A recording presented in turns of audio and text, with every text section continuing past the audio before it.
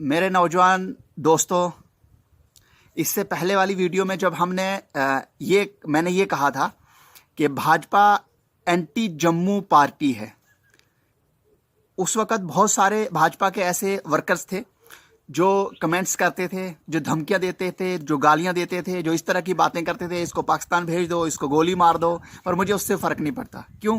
क्योंकि मुझे ये बात बहुत अच्छे से पता है कि जो ये लोग बातें कर रहे हैं, इनके जो ऊपर बैठे हुए हैं, जो मंत्री हैं, वो तो खुलेआम बहुत बड़ी रैलियों में इस तरह की बातें करते हैं कि गोली मार दो। और जो इनके ऐसे वर्कर्स हैं कि जिन्होंने मॉब लिंचिंग में लोगों को मारा हो और जब वो जेल चले जाते हैं, बेल के ऊपर जब बाहर आते हैं, तो इनके वो मंत्री होते हैं कि जो उनको हार डालते हैं। तो इसलिए मुझे इससे ज़्यादा कोई फ़र्क नहीं पड़ता। मुझे पता है कि इनकी सोच क्या है। लेकिन आज जो मैं बात कर रहा हूँ वो बहुत इंपॉर्टेंट है। मैंने फेसबुक के ऊपर देखी है। उसकी क्या ऑथेंटिसिटी है मैं इसके बारे में भी नहीं बता सकता, लेकिन बहुत सारे न्यूज़ चैनल्स उसको वायरल कर रहे हैं। उसमें कोई इंसान है, कोई नौजवान है, कोई यूथ है जो दो बातें कहता है। एक बात तो वो ये कहता है कि हम फाइनेंशियल कमिश्नर अरुण मेहता से जाके मिलते हैं और वो हमसे ये कहते हैं कि ये जो बैंक की पोस्टें थी ये विड्रॉ करनी पड़ेंगी, ये लिस्ट नहीं निकलेगी। क्यों नहीं निकलेगी? क्योंकि हम ये चाहते हैं कि पीओ जो हैं वो ऑल इंडिया लेवल के ऊपर लगने चाहिए। एक बात। और जो उसके आगे वो दूसरी बात कहता है, वो किसी से बात करता है और बाद में पता चलता है कि जिनसे बात हो रही है वो कोई आम इंसान नहीं, बल्कि हमारे जम्मू कश्मीर के गवर्नर थे और सत्यपाल मलिक जी थे। और सत्यपाल मलिक जी क्या बात करते हैं? वो ये कहते हैं कि उस वक्त भी कुछ लोग मेरे पास आए थे और जो हेड थे उन्होंने मुझसे ये बात कही थी कि इस लिस्ट में जम्मू के लोग ज़्यादा सेलेक्ट हो गए हैं, कि जम्मू के लोग ज़्यादा सेलेक्ट हो गए हैं, इसलिए कि कश्मीर के लोग कम सेलेक्ट हुए हैं। कल को चल के कोई प्रॉब्लम आएगी, उससे बेटर है कि ये लिस्ट कैंसिल कर देते हैं। जो पोस्टें मेरिट के बेस पे होती हैं और मेरिट के बेस पे बच्चे सेलेक्ट होते हैं, वो जम्मू के 100% सेलेक्ट हूं इससे कोई फर्क नहीं पड़ता, और कश्मीर के 100% सेलेक्ट हूं इससे कोई फर्क नहीं पड़ता। बच्चा बहुत मेहनत करता है और उसके बाद अगर 10 पोस्टें हैं जम्मू कश्मीर की और मेरिट बेस पे 10 के 10 बच्चे जम्मू से सेलेक्ट हो जाते हैं, इससे क्या फर्क पड़ता है? इससे एक चीज समझ आ गई और एक चीज प्रूफ हो गई कि भाजपा जो है वो एंटी जम्मू पार्टी है।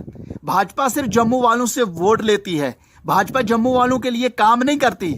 और ये बात शायद आपको आपके नजरों के आगे आई हो कि नहीं हो, मुझे बहुत अच्छे से याद है कि भाजपा ये वही पार्टी है कि जिसने हमारे डीजीपी जो जम्मू के होते थे उनको कुर्सी से उतारा था। गोस्वामी को होम मिनिस्ट्री में वो आई थिंक सेक्रेटरी वगैरह होते थे, उनकी कुर्सी से उतारा था। और जब इन्होंने 370 खत्म किया, उसके मैं बाद की आपको बातें बताता हूं। क्या जम्मू यूनिवर्सिटी का वाइस चांसलर जम्मू का लगाया? क्या सेंट्रल यूनिवर्सिटी का वाइस चांसलर आपने जम्मू का लगाया? क्या माता वैष्णो देवी श्राइन बोर्ड जो माता वैष्णो देवी जो यूनिवर्सिटी है उसका वाइस चांसलर तुमने जम्मू का लगाया? और उसके बिना जो हमारे जम्मू कश्मीर का बोर्ड है बोस, क्या उसका चेयरमैन आपने जम्मू का लगाया? जब तुम बैठे हुए थे तो तुम उस वक्त बताओ, उस वक्त तुमने कितने एमएलसी जो हैं वो जम्मू के बनाए थे? उस वक्त भी तुम कभी पुंछ के, कभी रजौरी के, कभी श्रीनगर के बनाते थे, तब तुम्हें जम्मू के लोग नहीं आते थे। और तुम्हें क्या लगता है कि जम्मू के लोगों के अंदर टैलेंट नहीं है?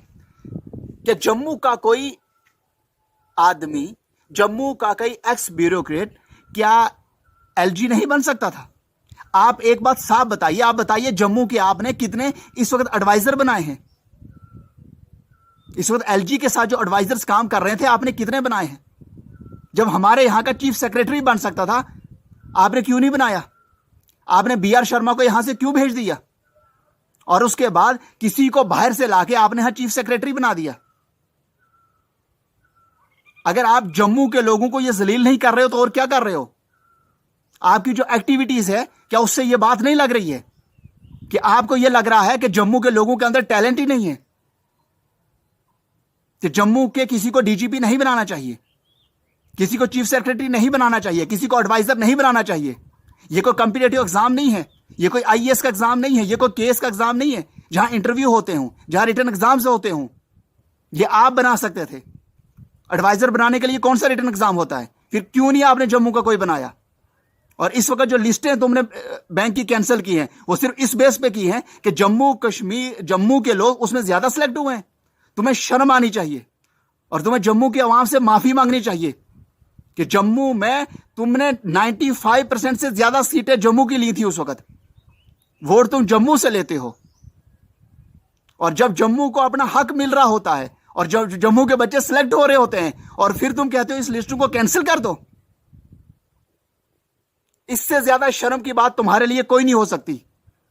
और तुम अंदर से कुछ और बाहर से कुछ और हो, और सच में तुम ही जम्मू के